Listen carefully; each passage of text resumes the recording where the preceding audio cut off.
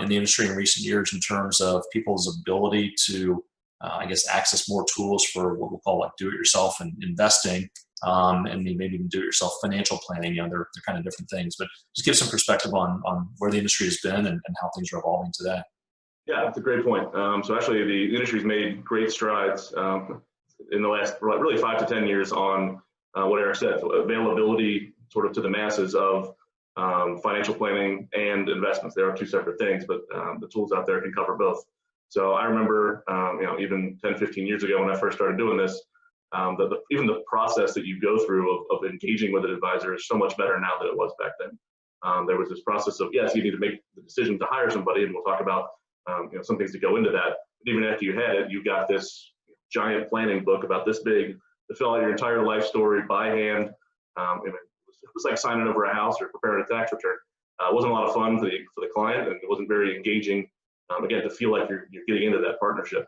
So you filled out this giant document, then you had another meeting, and then you got presented this plan that immediately was stale, essentially. You had your values in there, you had your goals, but it wasn't something live that you could log into and look at.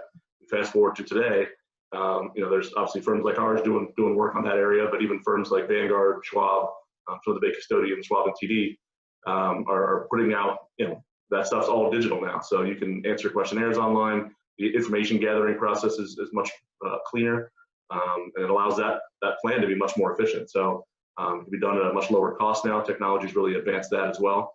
So even just that ability to engage, update the plan on the fly, that's something we have really been using here a lot here recently at Oxford is, again, getting out of the idea that here's that stale plan. Well, client's going to say, well, what if I change this assumption? Or what if I want to retire a little later? There's been great strides made on being able to do that on the fly, have that engaging conversation, lock that plan in for you, and have you be able to log in and check on it periodically to make sure you're staying on track. Yeah, and I think some folks who are listening might be familiar with a term that's been coming about in the last few years called Roboadvisors. Essentially, what you can do is you can go on and probably do some questionnaires to answer a few things, and you can get a portfolio recommended to you, and you could even put those dollars to work and have that be invested and updated for you on a regular basis. And so, on the one hand, I think it's great that technology and then just dissemination of information across the internet has made people much more aware of and informed about how do you tie your long-term goals back to some sort of a financial plan, which is great. And the internet has made things much more clear and transparent, although it's got a long ways to go, as far as what are you paying for this type of advice and this type of implementation. So that's a really good development. One of the challenges with that, and one of the things we'll try to address today is, the information we're going to arm you with, the types of questions you should be asking, how do you go about finding good advice or a good platform. These things should apply, the same questions should apply to anything, whether you choose to actually work with a professional advisor at all times, whether you choose to do it yourself. You should be asking the same questions. What am I getting from this? What's it going to cost me? Are there any conflicts of interest or hidden things I should know about that might impact how I view the advice I'm receiving?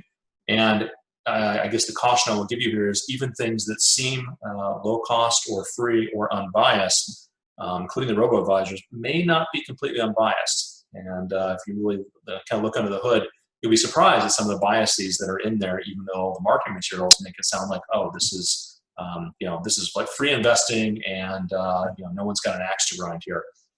You need to know what questions to ask and pass on with some of those questions today.